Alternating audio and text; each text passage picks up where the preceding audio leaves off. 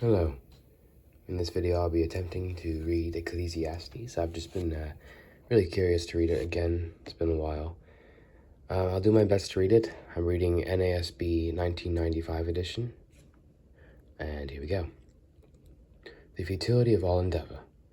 The words of the preacher, the son of David, king in Jerusalem. Vanity of vanities, says the preacher. Vanity of vanities. All is vanity. What advantage does man have in all his work which he does under the sun? A generation goes and a generation comes, but the earth remains forever. Also the sun rises and the sun sets, and hastening to its place it rises there again, blowing towards the south, then turning towards the north. The wind continues, whirling along, and on its circular courses the wind returns. All the rivers flow into the sea, yet the sea is not full. To the place where rivers flow, there they flow again. All things are wearisome, man is not able to tell it. The eye is not satisfied with seeing, nor is the ear filled with hearing. That which has been is that which will be, and that which has been done is that which will be done. So there is nothing new under the sun. Is there anything of which one might say, "See this? It is new"? Already it has existed for ages, which were before us. There is no remembrance of earlier things, and also of the later things which will occur. There will be for them no remembrance among those who come later still. The futility of wisdom. I, the preacher, have been king over Israel and Jerusalem, and I set my mind to seek and explore by wisdom concerning all that has been done under heaven. It is a grievous task which God has given to the sons of men to be afflicted with. I have seen all the works which have been done under the sun, and behold, all is vanity and striving after wind. What is crooked cannot be straightened, and what is lacking cannot be counted. I said to myself, Behold, I have magnified and increased wisdom more than all who were over Jerusalem before me. And my mind has observed a wealth of wisdom and knowledge. And I set my mind to know wisdom and to know madness and folly. I realize that this is also striving after wind, because in much wisdom there is much grief. Increasing knowledge results in increasing pain. This one is actually scientifically backed. Intelligence is typically linked to depression and suicidal rates and stuff. It is interesting. It is true. I find it to be true myself, and it is even mentioned in the Bible. Ecclesiastes 2. The futility of pleasure and possessions. I said to myself, Come now, I will test you with pleasure, so enjoy yourself. And behold, it too was futility. I said of laughter, Is it madness? And of pleasure, what does it accomplish? I explored with my mind how to stimulate my body with wine, while my mind was guiding me wisely, and how to take hold of folly, until I could see what good there is for the sons of men to do unto heaven and the few years of their lives. I enlarged my works, I built houses for myself, I planted vineyards for myself, I made gardens and parks for myself and planted them in all kinds of fruit trees. I made ponds of water for myself, from which to irrigate a forest of growing trees. I bought male and female slaves, and I had homeborn slaves. Also I possessed flocks and herds larger than all who preceded me in Jerusalem. Also I collected for myself silver and gold, and the treasure of kings and provinces. I provided for myself male and female singers, and the pleasures of men, many concubines. Then I became great and increased more than all who preceded me in Jerusalem. Wisdom also stood beside me. All that my eyes desired, I did not refuse them. I did not withhold my heart from any pleasure, for my heart was pleased because of all my labor, and this was the reward for all the labor. Thus I considered all my activities which my hands had done, and the labor which I exerted. And behold, all was vanity, and striving after wind, and there was no profit under the sun. Wisdom excels folly. So I turned to consider wisdom, madness, and folly. For what will the man do who will come after the king, except what has already been done? And I saw that wisdom excels folly, as light excels darkness. The wise man's eyes are in his head, but the fool walks in darkness. And yet I know that one fate befalls them both. Then I said to myself, As is the fate of the fool, it shall also befall me. Why then have I been extremely wise? So I said to myself, This too is vanity. For there is no lasting remembrance of the wise man as of the fool, inasmuch as in the coming days all will be forgotten. And how the wise man and the fool alike die.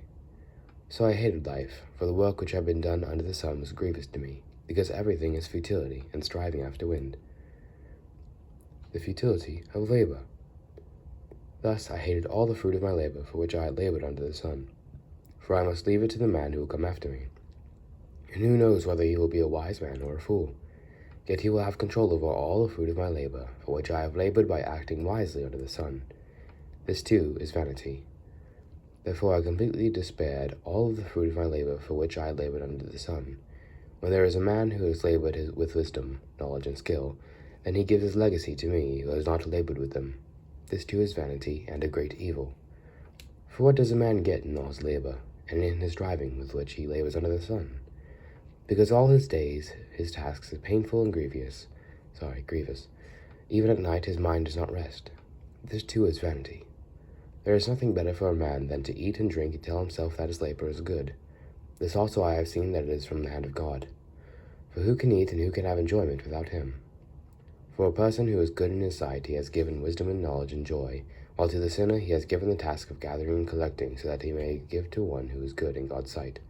This too is vanity and striving after the wind. Ecclesiastes 3. A time for everything. There is appointed time for everything, and there is a time for every event under heaven. A time to give birth and a time to die, a time to plant and a time to uproot what is planted, a time to kill and a time to heal, a time to tear down and a time to build up, a time to weep and a time to laugh, a time to mourn and a time to dance, a time to throw stones and a time to gather stones, a time to embrace and a time to shun embracing, a time to search and a time to give up as lost, a time to keep and a time to throw away, a time to tear apart and a time to sew together, a time to be silent and a time to speak, a time to love and a time to hate, a time for war and a time for peace. What profit is there for the worker from that in which he toils? I have seen the task which God has given the sons of men with which to occupy themselves. God set eternity in the heart of man. He has made everything appropriate in its time. He has also set eternity in the heart, yet so that man will not find out the work which God has done from the beginning even to the end. I know that there is nothing better for them than to rejoice and to do good in one's lifetime. Moreover, that every man who eats and drinks sees good in all his labor. It is the gift of God. I know that everything God does will remain forever. There is nothing to add to it, and there is nothing to take from it. For God has so worked that his men should fear him. That which is has already been, and that which is... he writes fun. That which is has been already, and that which will be has already been. Redundant, but, For God seeks what has passed by. Furthermore, I have seen under the sun that in the place of justice there is wickedness, and in the place of righteousness there is wickedness. I said to myself, God will judge both the righteous man and the wicked man, for a time for every matter and for every deed is there. I said to myself concerning the sons of men, God has surely tested them in order for them to see that they are but beasts. For the fate of the sons of men and the fate of beasts is the same. As one dies, so dies the other. Indeed, they all have the same breath, and there is no advantage for man over beast. For all is vanity. All go to the same place. All came from the dust and return to the dust.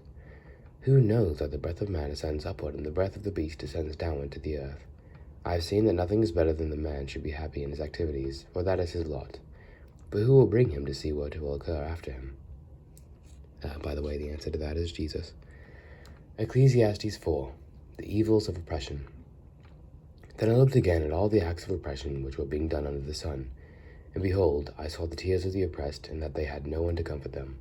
And on the side of their oppressors was power, but they had no one to comfort them.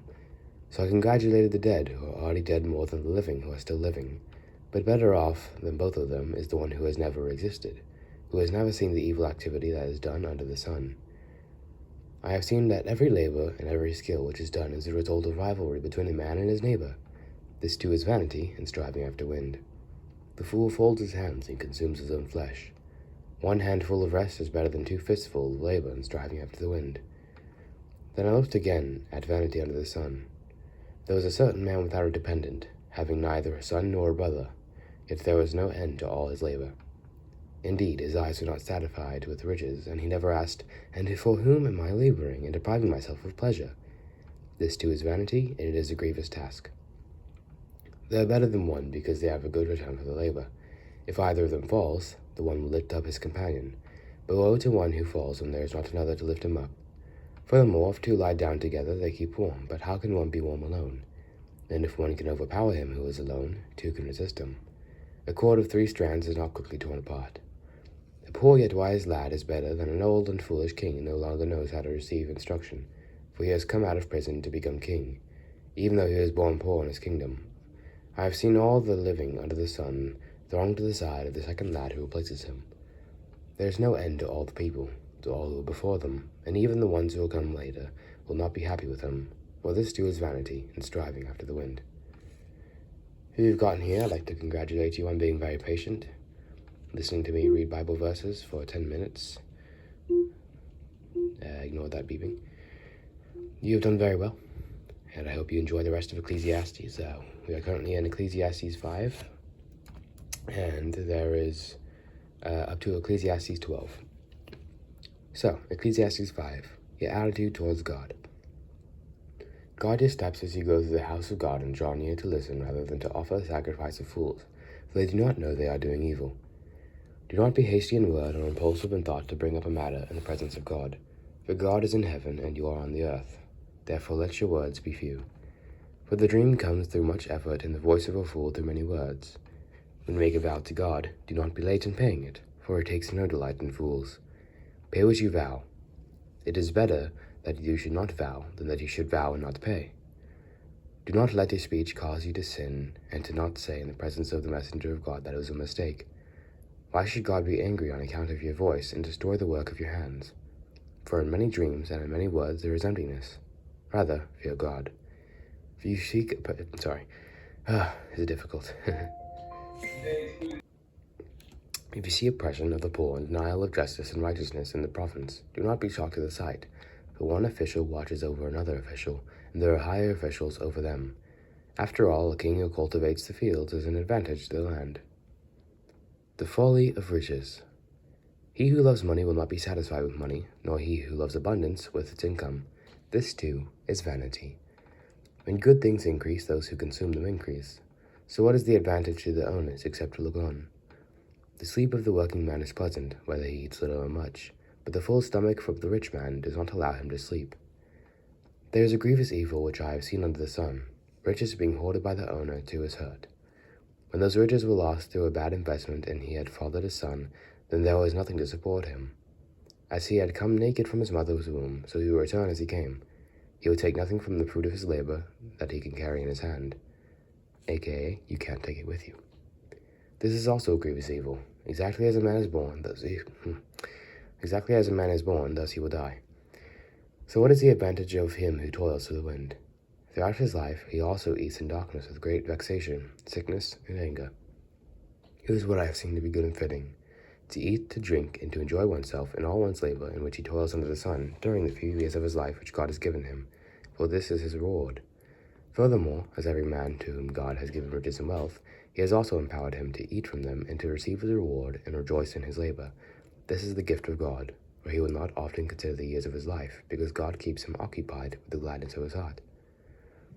Ecclesiastes 6, the futility of life. There is an evil which I have seen under the sun, and it is prevalent among men. A man to whom God has given riches and wealth and honor, so that his soul lacks nothing of all that he desires. Yet God has not empowered him to eat from them, for a foreigner enjoys them. This is a vanity and severe affliction. If a man fathers 100 children and lives many years, however many they be, but his soul is not satisfied with good things, and he does not even have a proper burial, then I say, better the miscarriage than he, for it comes in futility and goes into obscurity, and its name is covered in obscurity. It never sees the sun, and it never knows anything. It is better off than he. Even if the other man lives 1,000 years twice and does not enjoy good things, does not all go to one place? All a man's labor is for his mouth, and yet his appetite is not satisfied. For what advantage does a wise man have over fools? What advantage does a poor man have, knowing how to walk before the living? What the eye sees is better than what the soul desires. This too is futility and striving after wind. Whatever exists has already been named, and it is known what man is, for he cannot dispute with him who is stronger than he is. For there are many words which increase futility. What then is the advantage to man? For who knows what is good for a man during his lifetime, during the few years of his futile life? He will spend them like a shadow, for who can tell a man what will be after him under the sun? Ecclesiastes 7, Wisdom and Folly Contrasted. A good name is better than good ointment, and the day of one's death is better than the day of one's birth. It is better to go to a house of mourning than to a house of feasting, because that is the end of every man, and the living takes it to heart. Sorrow is better than laughter, for when a face is sad, a heart may be happy. The mind of the wise is in the house of the mourning, while the mind of fools is in the house of pleasure. It is better to listen to the rebuke of a wise man than for one to listen to the song of fools. For as the crackling of thorn bushes under a pot, so is the laughter of the fool, and this too is futility. Note that this is a very similar style to Proverbs. For oppression makes a wise man mad, and a bribe corrupts the heart. The end of a matter is better than its beginning. Patience of spirit is better than the haughtiness of spirit. Do not be eager in your heart to be angry, for anger resides in the bosom of fools. Do not say, "Why is it that the former days were better than these?" For it is not from wisdom that you ask about this. Take that one to note. Wisdom along and with... 16 minutes of reading, my mind is going off. Wisdom along with an inheritance is good, and an advantage to those who see the sun. For wisdom is protection, just as money is protection. But the advantage of knowledge is that wisdom preserves the lives of its possessors. I doubt I can continue to 12, but we'll see. Consider the work of God, who is able to straighten what he has bent. In the day of prosperity be happy, but in the day of adversity consider, God has made the one as well as the other, so that man will not discover anything that will be after him. I have seen everything during my lifetime of futility. There is a righteous man who perishes in his righteousness, and there is a wicked man who prolongs his life in wickedness. Do not be excessively righteous, and do not be overly wise. Why should you ruin yourself? Do not be excessively wicked, and do not be a fool. Why should you die before your time? It is good that you grasp one thing, and also not let go of the other, for the one who fears God comes forth with both of them. Wisdom strengthens a wise man more than 10 rulers who are in a city. Indeed, there is not a righteous man on earth who continually does good and never sins. Also, do not take seriously all words which are spoken, so that you will not hear your servant cursing you. For you have also realized that you likewise have many times cursed others. I tested all this wisdom, and I said, I would be wise, but it was far from me. What has been is remote and exceedingly mysterious. Who can discover it? I directed my mind to know, to investigate, that's not a word. I don't know what I'm saying anymore. To investigate and to seek wisdom and an explanation, and to know the evil of folly and the foolishness of madness. And I discovered more bitter than the death of woman whose heart is snares and nets, whose hands are chains. One who is pleasing to God will escape from her, but the sinner will be captured by her. Behold, I have discovered this, says the preacher, adding one thing to another find an explanation, which I am still seeking, but I have not found. I have found one man among 1,000, but I have not found a woman among these. Behold, I have found only this, that God makes men upright, but they have sought out many devices. Ecclesiastes 8. Obey rulers. Who is like the wise man, and who knows the interpretation of matter? A man's wisdom... a word I don't know. This is fun. Illumines. Let me look this up. Lighten up and brighten. That makes sense. I thought that's what it meant. Man's wisdom illumines him, and causes his stern face to beam. I say, keep the command of the king because of the oath before God. Do not be in a hurry to leave him. Do not join in evil matter, for he will do whatever he pleases. Since the word of the king is authoritative, who will say to him, What are you doing? He who keeps the royal command experiences no trouble, for a wise heart knows the proper time and procedure. But there is a proper time and procedure for every delight, though a man's trouble is heavy upon him. If no one knows what will happen, who can tell when it will happen? No man has authority to restrain the wind with the wind, or authority over the day of death, and there is no discharge in the time of war, and evil will not deliver those who practice it. All this I have seen and implied on my mind, to every deed that has been done under the sun, wherein a man has exercised authority over another man who was hurt. So then I have seen the wicked buried, those who used to go in and out from the holy place, and they are soon forgotten in the city where they did thus. This too is futility, because the sentence against an evil deed is not executed quickly. Therefore the hearts of the sons of men among them are given fully to do evil. Although a sinner does evil 100 times and may lengthen his life, still I know that it will be well for those who fear God, who fear him openly. But it will not be well for the evil man, and he will not lengthen his days like a shadow, because he does not fear God. There is futility which is done on earth, that is, righteous men to whom it appears... Okay, I am really losing the ability to talk here. According to the deeds of the wicked. On the other hand, there are evil men to whom it happens according to the deeds of the righteous. I say that this too is futility. So I commend pleasure, for there is nothing good for a man under the sun except to eat and drink and to be merry, and this will stand by him in his toils throughout the days of his life which God has given him under the sun. When I gave my heart to know wisdom and to see the task which has been done on the earth, even though one should never sleep day and night, and I saw every work of God, I concluded that man cannot discover the work which has been done under the sun. Even though man should seek laboriously, he will not discover, and though the wise man should say, I know, he cannot discover. Ecclesiastes 9. Men are in the hands of God. For I have taken all this to my heart, and explained it that righteous men, wise men, and their deeds are in the hand of God. Man does not know whether it will be loved or hated. Anything waits him. It is the same for all. There is one fate for the righteous and for the wicked. The wicked? That's not a word. Goodness gracious. Literally. There is one fate for the righteous and for the wicked, for the good, for the clean, and for the unclean, for the man who offers a sacrifice and for one who does not sacrifice. As good man is, so is the sinner, and as a swearer is, so is the one who is afraid to swear. This is an evil in all that is done under the sun, that there is one fate for all men. Furthermore, the hearts of the sons of men are full of evil and insanity, and is in the hearts throughout their lives. Afterwards they go to the dead.